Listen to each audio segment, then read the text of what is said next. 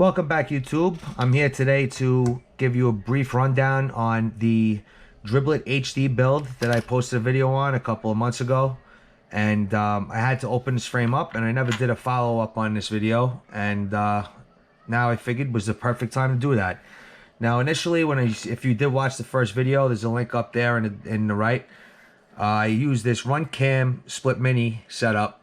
I believe this is the V2, and I had the board mounted underneath the frame like this with a 3D printed mount, and that didn't work out too well. The battery was resting against it. This board gets very hot. I didn't like it, so I ended up modifying this frame in order to put it inside this stack and make this a 3-high stack.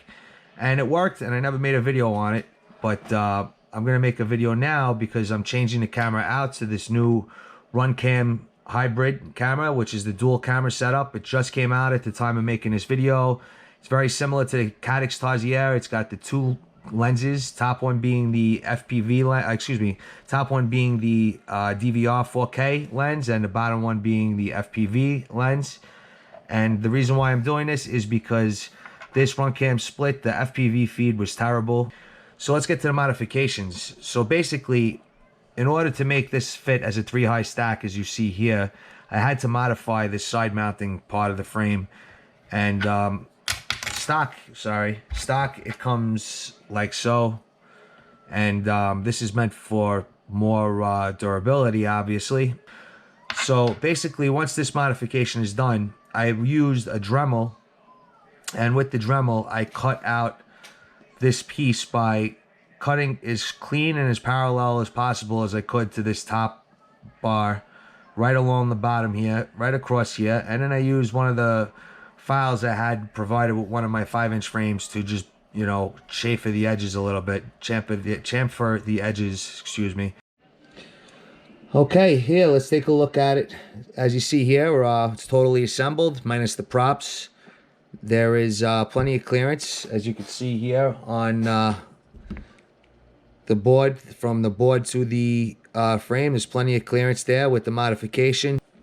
The only downside to this build is, as you see here, the camera is far larger than that of the Run Cam Split. The Run Cam Split fit comfortably inside this frame, and the camera was fairly protected. It was like this inside.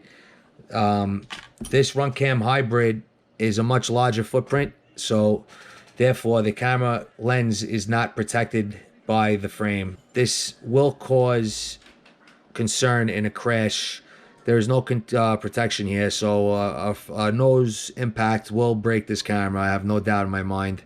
As mentioned before, this weighs 18 grams. I believe the Run Cam Split weighed 17 grams, so we added only 1 gram. The board is a single board with a 4K 30 frame per second capability, or 2.7K 60 frame per second capability, which is what I'm going to be using it for. That's what I film my GoPro footage in as well. So that's that. Well, let's get to some flight footage. All right, as you can see here, it's a nice crisp, clean picture. This is at 60 frames per second at 2.7K. The FPV feed you see on the bottom right, that is recorded with the Immersion RC Power Play DVR, which it also records at 60 frames per second. And if you look at that image, you can see that the image quality is very good for an FPV feed. It's way better than that of those split cameras, especially the Run Cam Split. I hate to throw the camera under the bus. It records very nice quality images for the high definition, but it's very difficult to fly in many lighting conditions for the goggles. It blows the image out. As you can see, I have the sun right there. This camera handles the sun very well.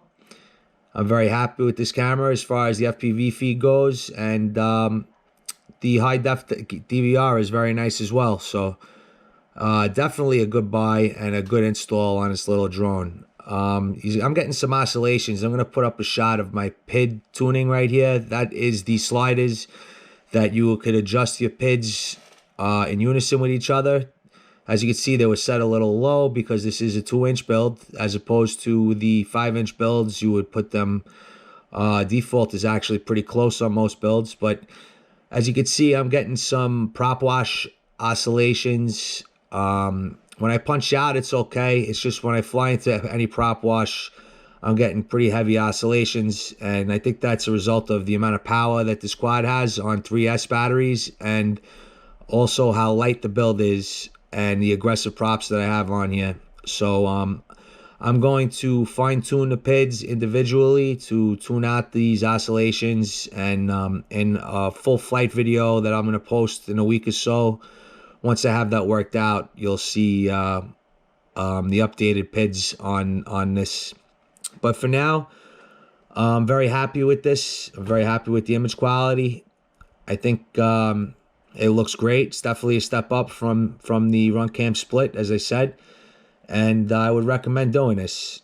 Also, as I mentioned earlier, with it set up in this orientation, the camera the way it is, unless you drill custom holes further back in the frame, your camera lens will be protruding past the frame, so front impact will damage your camera at the very least. Most likely you will break your camera totally if you have a front impact, so keep that in mind. Fly carefully with this, or custom drill holes to make it sit back in the frame a little more. That would be another solution.